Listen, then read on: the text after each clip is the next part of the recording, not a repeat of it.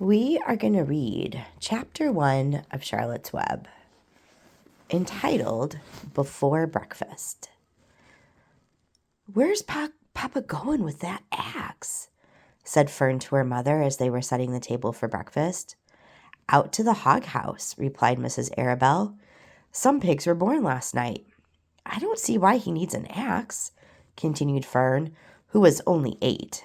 "Well," said her mother, "one of the pigs is a runt. It's very small and weak, and it will never amount to anything, so your father has decided to do away with it." "Do away with it?" shrieked Fern. "You mean kill it just because it's smaller than the others?" Mrs. Arabelle put a pitcher of cream on the table. "Don't yell, Fern," she said. "Your father is right. The pig would probably die anyway." Fern pushed a chair out of the way and ran outdoors. The grass was wet and the earth smelled of springtime. Fern's sneakers were sopping by the time she caught up with her father. So on this page, what does the word runt mean? From what we learned, and using context clues, which are clues that we get from the reading, what do we think? I think it means something that is very small and weak, and it will never grow bigger than the others. It's smaller than the others. So you could have runts that are animals. You could have runts that are fruits or vegetables. Have you ever seen like a runt of the harvest from the garden, and like maybe a pepper was super small? So we could have all sorts of different kinds of runts. "Please don't kill it," she sobbed. "It's unfair." Mr. Arabelle stopped walking. "Fern," he said gently, "you will have to learn to control yourself." "Control myself?" yelled Fern. "This is a matter of life and death, and you talk about controlling myself?" Tears ran down her cheeks, and she took a hold of the axe and tried to pull it out of her father's hand. "Fern," said Mr. Arabelle, "I know more about raising a litter of pigs than you do. A weakling makes trouble. Now run along." "But it's unfair," cried Fern. "The pig shouldn't help being born small, could it?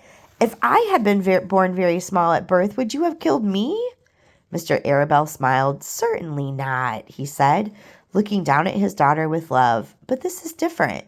A little girl is one thing. A little runty pig is another." "I see no difference," replied Fern, still hanging on to the axe. "This is the most terrible case of injustice I have ever heard of." A queer look came over John Arabelle's face. He seemed almost ready to cry himself. "All right," he said, "you go back to the house, and I will bring the runt when I come in. I'll let you start it on a bottle like a baby. Then you'll see what trouble a pig can be." When Mr. Arabelle returned to the house half an hour later, he carried a carton under his arm. Fern was upstairs changing her sneakers. The kitchen table was set for breakfast, and the room smelled of coffee, bacon, damp plaster, and wood smoke from the stove. "Put it on her chair," said Mrs. Arabelle. Mr. Arabelle set the carton down at Fern's place. Then he walked to the sink and washed his hands and dried them on the roller towel.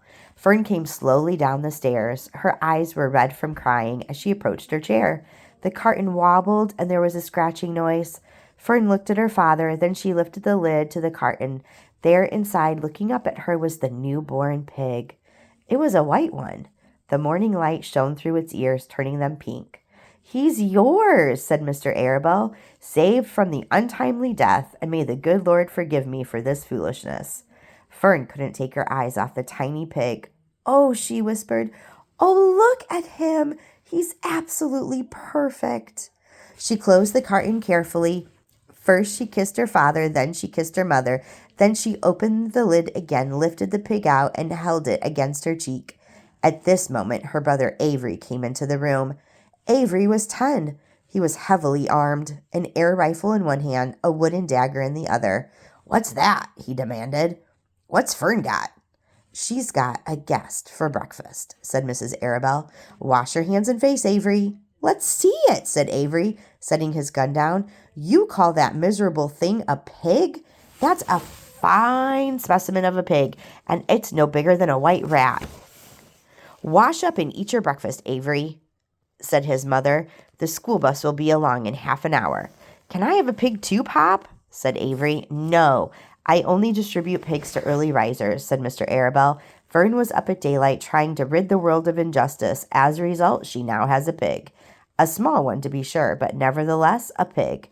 It just shows what can happen if a person gets out of bed promptly. Let's eat. But Fern couldn't eat until her pig had had a drink of milk. Mrs. Arabelle found a baby's nursery bottle and a rubber nipple. She poured warm milk into the bottle, fitted the nipple over the top, and handed it to Fern. Give him his breakfast, she said. A minute later, Fern was seated on the floor in the corner of the kitchen with her infant between her knees, teaching it to suck from the bottle. The pig, although tiny, had a good appetite and caught on quickly. The school bus honked from the road. Run, commanded Mrs. Arabelle, taking the pig from Fern, and slipped a donut into her hand. Avery grabbed his gun and another donut. The children ran out to the road and climbed into the bus. Fern took no notice of the others in the bus. She just sat and stared out of the window, thinking what a blissful world it was and how lucky she was to have entire charge of a pig. By the time the bus reached school, Fern had named her pet, selecting the most beautiful name she could think of. Its name is Wilbur, she whispered to herself. She was still thinking about the pig when the teacher said, Fern, what is the capital of Pennsylvania? Wilbur, replied Fern dreamily. The pupils giggled. Fern blushed. What happened? What happened? What did Fern get at breakfast? What would you have done with a pet pig? Would you have been excited? What would you have named your pet pig if you were like Fern and you got a pig at breakfast? What would you have named him? I don't know if I would have named my pig Wilbur. What would you have named yours? What does runt mean? What does appetite mean? See you for chapter 2.